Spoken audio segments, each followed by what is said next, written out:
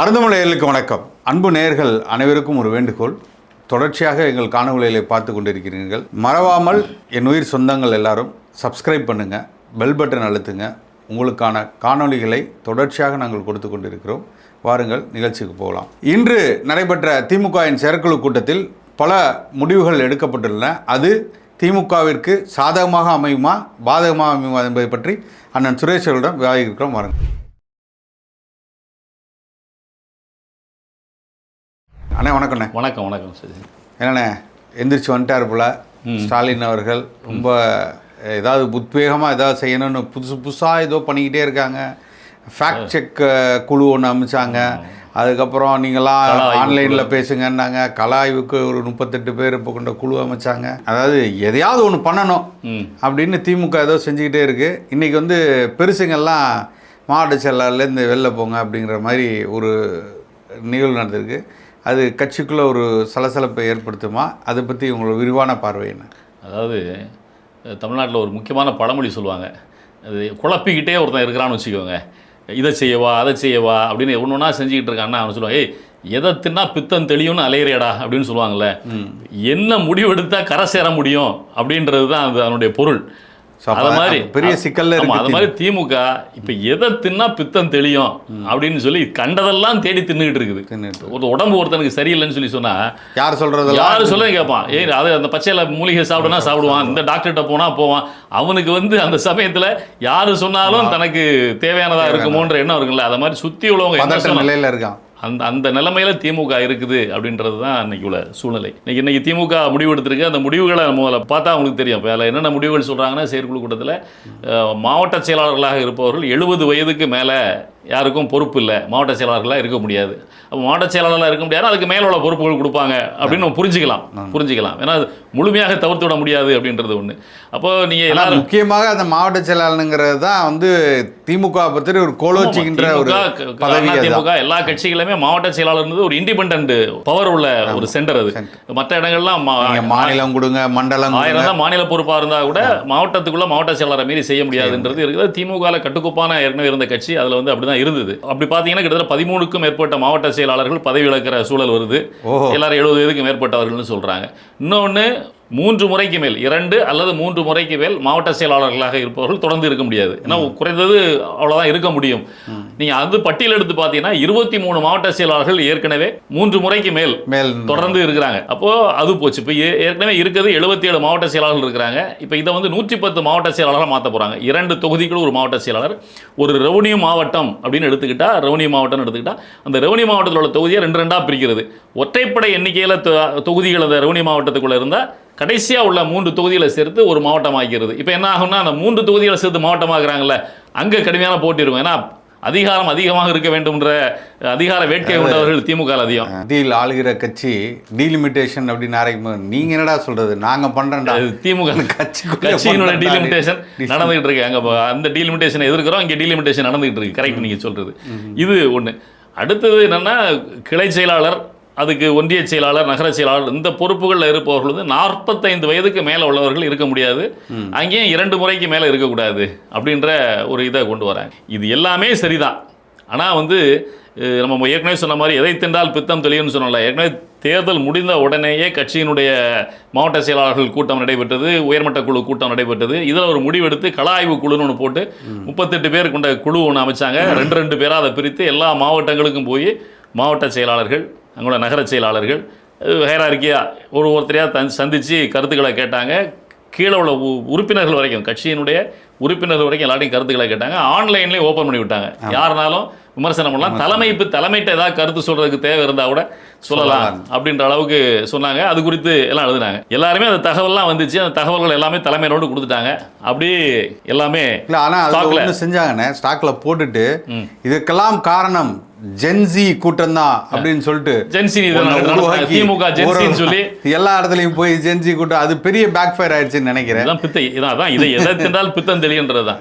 நீ இது இன்னொன்று வந்து இந்த மாதிரி கள ஆய்வு குழு போய் ஆய்வு செய்கின்ற பொழுதே பல பேர் வந்து நேரடியாக அங்குள்ள மாவட்ட செயலாளர்களை குற்றஞ்சாட்டினாங்க. பல பேர் குற்றஞ்சாட்டினது வந்து பெண் அமைப்பை. இப்போ திமுகவுக்குள்ள நடந்துகிட்டு இருக்கிறதே பெண் அமைப்பை நடத்திக்கிட்டு இருக்க மருமகனுக்கும் மகனுக்குமான போட்டி அப்படின்னு ஆமாம். போட்டி அப்படின்றதான் பரவலாட்டு வெளியே எல்லா தகவலும் போய் தேர்தல் முடிஞ்சோடனே வந்து பெரிய அளவில் சர்ச்சை இருக்குங்கிற மாதிரி தான். அதுதான் இன்னொரு விஷயம். ரைட், ஓகே, நீங்கள் 70 வயதுக்கு மேற்பட்டவர்கள் இருக்கக்கூடாது, சரி ரைட், ஓகே, மாவட்ட செயலாளர் இருக்கக்கூடாது, 45 வயதுக்கு மேற்பட்டவர்கள் இங்கே மற்ற பொறுப்புகளில் இருக்கக்கூடாது, எல்லாம் சரிதான். தலைமையில் என்னென்ன வயது வரைக்கும் இருக்கலாம் அப்படின்றத இன்னும் சொல்லலை. அது ஒரு பக்கம். இன்னொன்று, எந்த முடிவு எடுத்தாலும் தலைமையிலிருந்து ஆரம்பிக்கணும்.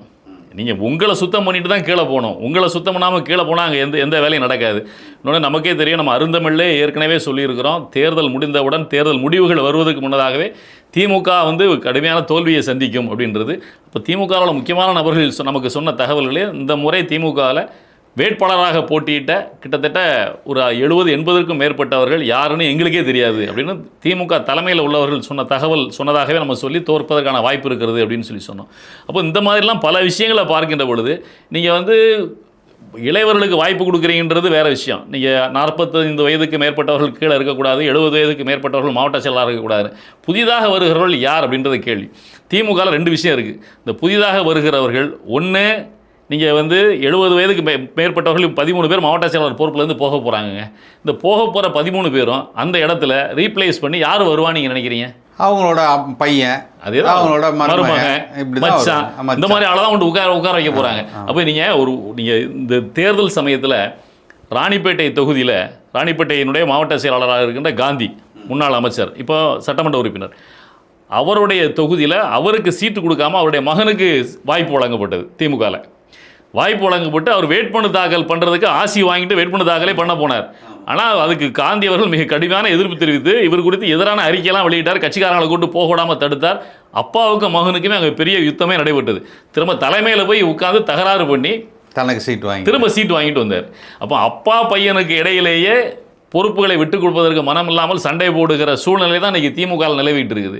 நீங்கள் அங்கே போய் நீங்கள் என்னத்தை எதிர்பார்க்க முடியும்? இப்போ இன்றைக்கி இப்போ 13 மாவட்ட செயலாளர்கள் வந்து 70 வயதுக்கு மேற்பட்டவர்கள் வெளியே போகிறாங்கல்ல, இதில் அதிகமான வயதுடையவர் காந்தி தான், 81 வயது. இப்போ அவர் வெளியே போவார். இப்போ வேறு வழியே இல்லை, சட்ட விதிகளை காரணம் காட்டி அவரை வெளியே போச்சோன்னா அவர் யாரை கொண்டு உட்கார வைப்பார்? ஏற்கனவே சண்டை போட்டு வெளியே அனுப்பின பையனே திரும்ப வழி இல்லை, எவனோ ஒருத்தனுக்கு போகிறதுக்கு நம்ம பையனே உள்ளுக்கு இருந்துட்டு போட்டோம் அப்படின்ற சூழ்நிலையை உள்ளே கொண்டு உட்காருவார். அதை வந்து இந்த தலைமை தடுக்க முடியுமா? தடுக்க முடியாது. ஏன் முடியாது? அங்கே அவரு பையனை கொண்டு உட்கார வைக்கணுமே, அதான் சொல்கிறேன். அந்த வேலை இருக்குல்ல. நீங்கள் கருணாநிதிக்கு அப்புறம் ஸ்டாலினுக்கு அப்புறம் உதயநிதி, நீங்கள் சட்டமன்றத்தில் உதயநிதியை வந்து முக்கியமான விவாதங்களில் பேச முடியுதா? விஜய்கிட்ட டஃப் கொடுத்து பேசுறதுக்கு மட்டும்தான் சினிமா நடிகர் இருக்கு. நேற்று கூட சட்டமன்றத்தில் பேசும்போது சினிமாவில் பேசுற மாதிரி பஞ்சு டயலாக் பேசாதீங்கன்னு பேசுறாரு. இவர் பேசுற பஞ்சு டயலாக் தான் பேசுறாரு. வெளியே எழுதி கொடுக்கறத வாங்கிட்டு வந்து 2 பேரும் மாத்தி பஞ்சு டயலாக் பேசுற இடங்கள்ல மட்டும்தான் உதயநிதி பேசுறாரு தவிர மற்றபடி பேசுறீங்க.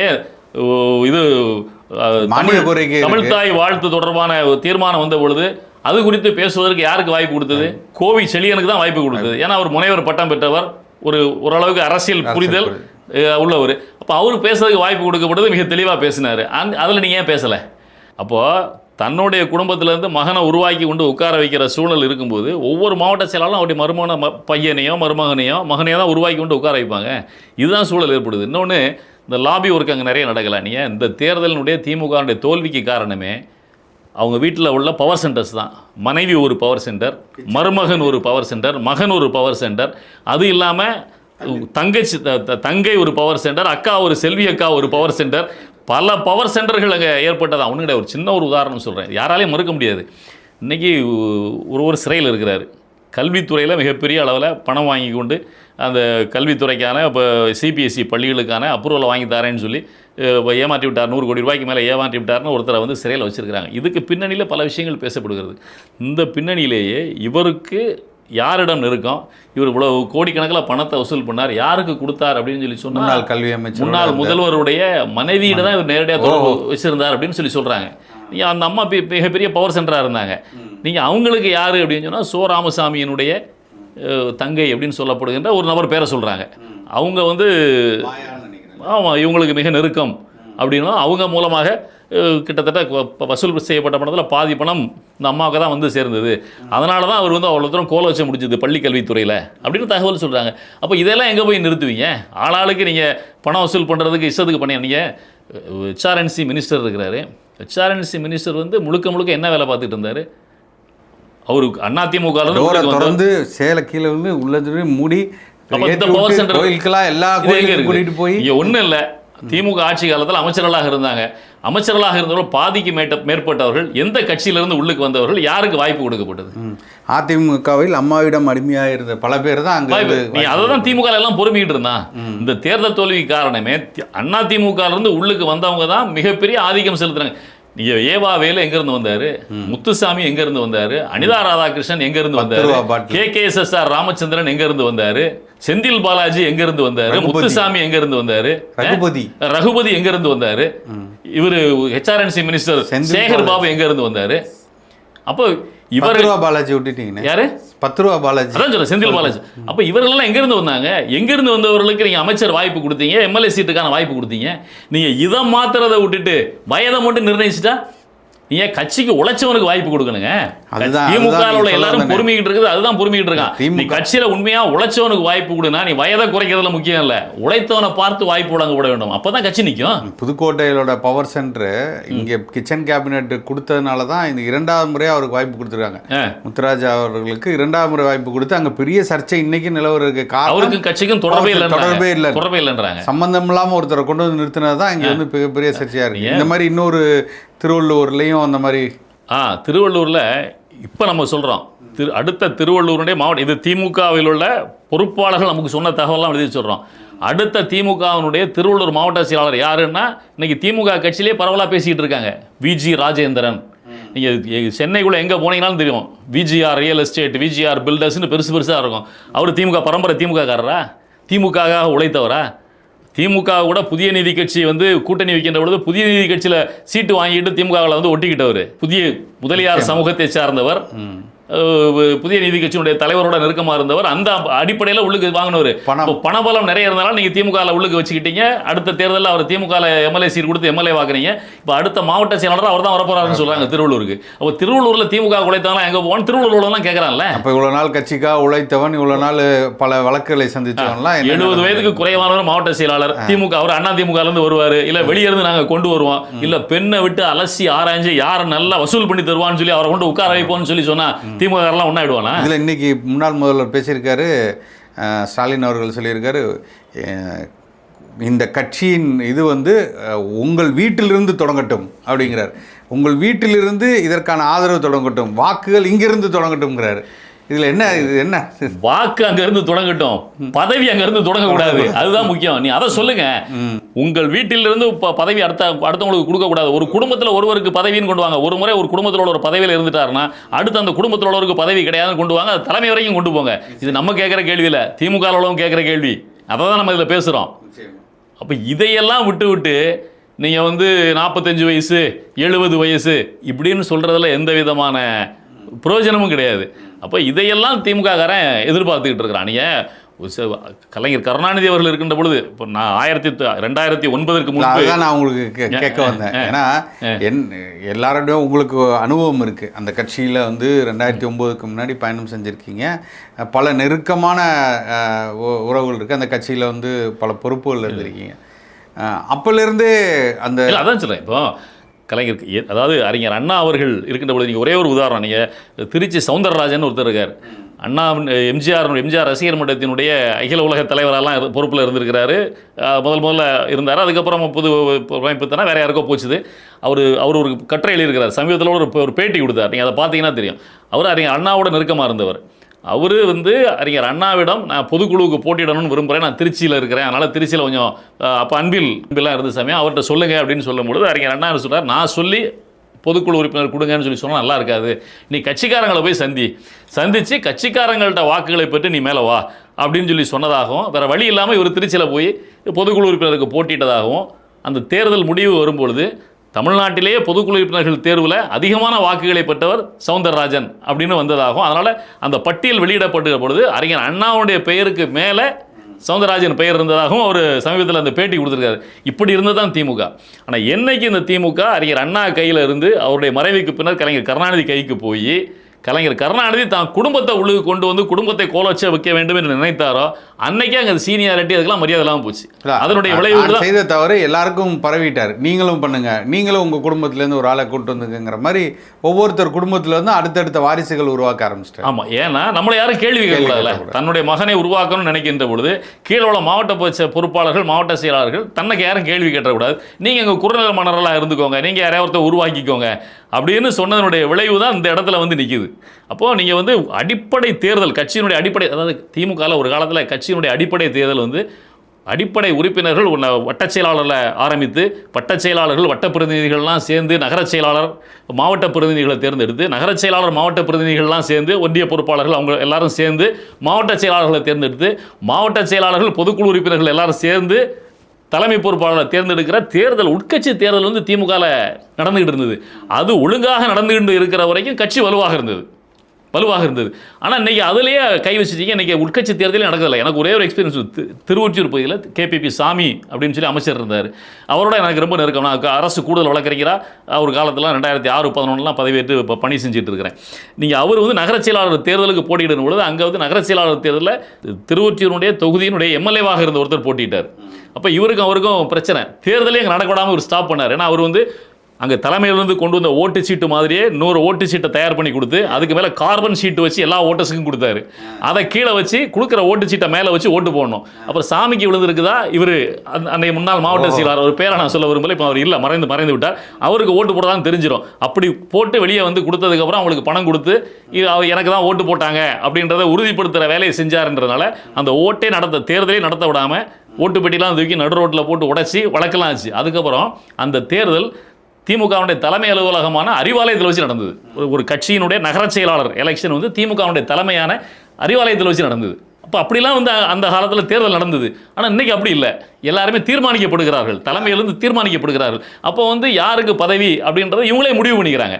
அப்போ உண்மையாக உழைத்தவர்களுக்கு பதவி கட்சியினுடைய உறுப்பினர்களுடைய அதிக செல்வாக்கு பெற்றவர்கான்ல அவன் பொறுப்புக்கு வர முடியறது இல்லை. அப்போ சோர்வடைஞ்சிடறான்ல அவன்லாம். இல்லை, அதெல்லாம் சரி பண்ணணும். ஆமாண்ணே, இதெல்லாம் ஒரு காரணமாக இருக்கலாம், திமுகவின் கட்சிக்குள்ள காரணமாக இருக்கு. ஆனால் மக்கள் ஒரு பார்வையில் இருக்காங்களே, இந்த தோல்விக்கான மக்கள் என்ன நினைக்கிறாங்க? இது 2 விஷயம் இருக்குங்க. அதாவது திமுக இந்த உட்கட்சி தேர்தலை எல்லாம் ஒழுங்காக நடத்தி இந்த குட்டி ராஜாக்களாக அதிகாரம் பண்ணுறாங்கல்ல, அவங்களாம் அதிகாரம் பண்ணாமல் உட்கட்சி தேர்தல் உட்கட்சி ஜனநாயகத்தோடு நடத்தி கட்சிக்கு உண்மையாக உழைத்தவன் பொறுப்புக்கு வந்து அது ஜனநாயக ரீதியில் கட்சி இயங்குச்சுன்னா கட்சி இருக்கும், நீண்ட காலத்துக்கு இருக்கும். ஆனால் ஆட்சி அதிகாரத்துக்கு வர முடியுமா வரக்கூடாதா முடியாதான்றதை மக்கள் முடிவு பண்ணணும். அதுதான் மக்களுடைய மனசுல வந்து இடம்பெறதற்கான வேலையை செய்யணும். அதுதான் செய்யணும். இவங்க தொடர்ச்சியாக செய்த ஊழல்கள், லஞ்சம், போதை, கலாச்சாரம், இது இன்னும் பல விஷயங்கள். இவர்கள் வந்து எல்லா இடத்துலையும் சிறு சிறு குறு மன்னர்களாகி கமிஷன் வாங்கினது. இன்னைக்கு வந்து ஆதவர்ஜனாவிலேருந்து எல்லாரும் பேசுகிறாங்க அப்படின்னா ஒரு சாலைகளாவது நீங்கள் சரியான சாலைகள் இருக்கா, பாலம் சரியாக கட்டப்பட்டுள்ளதா, இத்தனை குளறுபாடுகள் இருக்குல்ல. இன்னைக்கு வந்து ரேஷன் அரிசி கேவலமா இருக்கு, சாப்பிட முடியல, வாயில வைக்கும், இதெல்லாம் உண்மைதானே? நீங்கள் செய்த தவறுகள். இந்த ஊழலினுடைய அடிப்படையே அந்த மோனார்கி வந்துருதுல்ல, அரச பரம்பரை ஆட்சி, அதனுடைய நீட்சி தான் இந்த ஊழலே. நீங்கள் ஆட்கள் மாறிக்கிட்டே இருந்தாங்கன்னா அவ்வளோ எளிதாக ஊழல் செய்ய விட மாட்டாங்க. அப்போ அதிகார பலத்தால் பண பலத்தால் தான் ஊழல் செஞ்சால் அதில் சம்பாதிக்கிற பணத்தை கொண்டு எல்லாருடைய வாயையும் அடைக்க முடியும், மக்களுடைய வாயையும் அடைத்து ஓட்டுகளை வாங்க முடியும்ன்ற எண்ணம் வருதுல்ல, அப்போ தான் ஊழல் பெருகுது. நீங்கள் இந்த பொறுப்புகள் மாற்றப்பட்டு கொண்டே இருந்தால் எவன் மக்கள் செல்வாக்கு, நீங்கள் கட்சிக்காரன் செல்வாக்கு உள்ளவன் தான் பொறுப்புக்கு வர முடியுன்ற போது அப்போ அவன் வந்து கட்சிக்காரன் எல்லாரையும் அனுசரித்து போவானா இல்லையா? அப்போ கட்சிக்காரன் எல்லாரையும் அனுசரித்து போனாதான் வாக்குகளை வாங்க முடியும் அப்படின்னு சொல்லி சொன்னால், கிட்டத்தட்ட நீங்கள் திமுகவும் சரி அண்ணா திமுகவும் சரி 1.5 கோடி தொண்டர்களை வச்சிருக்கிறோம் அப்படின்னு சொல்லும்போது அந்த 1.5 கோடி பேருடைய நன்மதிப்பை பெறணும். நீங்கள் நான் உதாரணத்துக்கு 1.5 கோடின்னு சொல்கிறேன், ஒரு நகர்ப்பகுதி இருக்குதுன்னு சொல்லி சொன்னால் அங்கே கட்சியினுடைய உறுப்பினர்கள் 5000 பேர் இருக்காங்க, 6000 பேர் இருக்காங்கன்னா 6000 பேருடைய நன்மதிப்பை பெற்றால் தான் நீ நகர செயலாளர் ஆக முடியும்னா, நீ 6000 பேருக்கு நல்லவனாக ஒருத்தர் நடக்கும்போது அவன் அந்த நகரத்துக்கே நல்லவனாக நடக்க ஆரம்பிச்சிருவாங்கல்ல, அவன் நல்லவனாக தான் இருக்க முடியும். நீங்கள் அங்கேயே செக் வச்சிடுறீங்க, நீ அது தேவையில்லை. தலைமைக்கு விசுவாசமாக இருந்தால் போதும், தலைமைக்கு வசூல் பண்ணி கொடுத்தா போதும், ஒன்று அங்கே கொண்டு உட்கார வச்சிருவாங்க அப்படின்ற நிலைமை வரும்போது நீ கட்சிக்காரனை கீழே மதிக்கிறது இல்லைல்ல. அப்போ அதுதான் திமுக இந்த நிலையில கொண்டு தள்ளி இருக்குது. அப்போ அதை யோசிக்கணும். அப்போ இந்த சூழல் வரும்போது அவன் நல்லவனா, நீங்கள் ஒன்றும் கிடையாது. அந்த காலத்தில் காவல் நிலையத்தில் ஒரு ஊர் மக்களுக்கு ஒரு பிரச்சனைனா கட்சிக்காரன் தான், திமுக கட்சிக்காரமே நிற்பான். இன்னைக்கு அதெல்லாம் மாறி போச்சு. இன்னைக்கு அதெல்லாம் மாறி போச்சு. அவன் வேலையை பார்த்துக்க முடியாது. அவன் என்ன நினைக்கிறான், காசு கொடுத்து ஓட்டு வாங்குறோம், தேர்தல் சமயத்தில் பணத்தை செலவு பண்றோம், அது போதும் நமக்கு. அப்போ கீழே இறங்கி மக்களுக்கு நம்ம சேவை செய்யறதா மக்கள் நினைக்கிறதில்ல. அந்த சமயத்தில் 5000, 2000, 3000 கட்சிக்காரருக்கு மக்களுக்கு பணம் கொடுத்தா போதும், வாக்களித்து விடுவார்கள் எண்ணம் வந்த உடனே அவன் சேவை செய்யணுன்றதை விட்டுட்டான். அதுதான் அரசியல் தோல்விக்கு, அதிகாரத்துக்கு வர்றதுக்கான தோல்விக்கு காரணம். அது மாறணும். அப்ப இந்த கட்டமைப்பு மாத்துறதுனால அதை மாற்ற முடியுமா? மாற்ற முடியாது. ஆனா உண்மையான ஜனநாயகம் அங்க வந்துருச்சுன்னா அந்த ஜனநாயகம் மக்கள் வரைக்கும், கடைசி வரைக்கும் வந்துடும். அப்ப அவன் மக்கள்கிட்ட நல்லவனா செயல்பட ஆரம்பிச்சிருவான். அந்த மாற்றம் வந்தால் மட்டும்தான் நீங்கள் வந்து சரியாக முடியுமே தவிர, நீங்கள் சும்மா 75 வயசு 45 வயசுன்னு மாற்றதால மட்டும்தான் திமுக வந்துடும் அப்படின்னா அது கிடையாது, வாய்ப்பே கிடையாது. ஒண்ணே தாவேகாவை பார்த்து திமுக பயப்படுது. ஆனா தாவேகாவும் திமுகவிலிருந்து சில விஷயங்களை கத்துக்க வேண்டியிருக்கு. ஏன்னா அமைப்பு பலம் இல்லாமல் நீங்க வந்து அதிகாரத்தில் நீண்ட காலம் உட்கார முடியாது. அந்த அமைப்பு பலம், அந்த அமைப்பு வந்து ஒரு கட்டமைப்பு முறை ஒழுங்காக இருந்தால்தான் அது நீண்ட காலத்துக்கு கொண்டு செல்ல. அதுல ரொம்ப முக்கியமான விஷயம் நீங்க அதை சொன்னோன்னு நான் என்ன நினைக்கிறேன்னா, நீங்கள் ஒரு வார்த்தை சொன்னீங்க, திமுகவில் கோலோச்சி நின்றவர்கள் எல்லாருமே பார்த்தீங்கன்னா அதிமுகவிலேருந்து திமுகவுக்கு போனவர்களை தான் கொண்டு போய் நிறுத்தாங்க. அது வந்து திமுகவுக்கு ஒரு பெரிய பலவீனமாயிருச்சுன்னு. இப்போ தாவேகாவும் அதே ஒரு இடத்துக்கு தானே போயிட்டு இருக்கு. அதுதான் சொல்கிறேன். நீங்கள் வெளியிலிருந்து வந்தவர்களே கட்சியில் சேர்க்கக்கூடாதுன்னு சொல்ல முடியாது. அதை சேர்க்கணும். அவங்க அங்கே தவறு செய்தால் இங்கே தவறு செய்து தான் ஆகணும்னு அவசியம் இல்லை. அவங்கள கட்டுப்படுத்தி வைக்கணும் தலைமை. ஆனால் அவருக்கு கொடுக்கின்ற வாய்ப்பு எவ்வளவு சதவீதம் இருக்க வேண்டும்ன்றது இருக்குது. நீங்கள் பாதி வர்றவனெல்லாம் ஒரு பொறுப்பு கொடுத்து, ஏன்னா உள்ளுக்கு வர்றவன் பணத்தை கொள்ளையடிச்சுட்டு பணத்தோடு வரான். அவன் பணத்தை வச்சு இங்கே அரசியல் செய்ய முடியும்னு நினச்சி அதை வச்சு அதிகாரத்தை பெற முடியும், கட்சி பதவிகளை பெற முடியும்னு வந்துட்டான்னா முடிஞ்சு போச்சுல்ல. நீங்கள் அதுக்கான வாய்ப்பு கொடுத்துடக்கூடாது. நீனும் மக்கள் கட்சிக்காரனோடு நின்று போட்டி போடு, கீழே நின்று சேவை செஞ்சு அந்த தேர்தலை, உட்கட்சி தேர்தலில் வென்று மேலவா. நீ அதிமுகலேருந்து வந்துக்கோ திமுகவுக்கு, இல்லை அதிமுகலேருந்து தாவேக்காக்கு வந்துக்கோ, அதெல்லாம் வேற விஷயம். கட்சிக்காரன் கீழே உள்ள கட்சிக்காரனுடைய நன்மதிப்பை பெற்று உட்கட்சி தேர்தலில் நீ கீழே இருந்து வேலை செஞ்சு போட்டிட்டு மேலவா. கட்சிக்கான வேலையை செய். இந்த கட்சிக்கான வேலையை செஞ்சதுக்கு அப்புறம் நீ பொறுப்புவா. நீ பதவி பணத்தை மட்டும் வைத்துக்கொண்டு மேலுள்ள தொடர்பை மட்டும் வச்சுக்கிட்டு நேரடியாக மேலுள்ள பொறுப்புக்கு வந்துடல, அங்கே தான் சிக்கல். அப்போ அந்த கட்டமைப்பை திமுகவில் மாற்றாத வரைக்கும் ஒன்றும் பண்ண முடியாது. இருக்கிற சொத்துக்களை பாதுகாக்கிறதுக்கு, சொத்துக்களை அனுபவிக்கிறதுக்கு மேலே உதயநிதியினுடைய அடுத்த வாரிசு இன்ப நிதியும் மேலேயே உட்கார்ந்துருக்கணும். அப்படின்னா இந்த மாதிரி அமைப்பு மாற்றங்களை மட்டும் செஞ்சுக்கிட்டு ஏதோ பேருக்கு செஞ்சுக்கிட்டு மேலே இவங்களுடைய ஆதரவை பெற்று மேலே அவங்க அதை அனுபவிச்சுட்டு இருக்கலாமே தவிர ஆட்சி அமைப்பதற்கு வர்றதுக்கு வாய்ப்பு இருக்கான்னு சொன்னால் வாய்ப்பே இல்லை அப்படின்றதான் நம்முடைய பார்வை. நிச்சயம். நன்றி. நன்றி, வணக்கம்.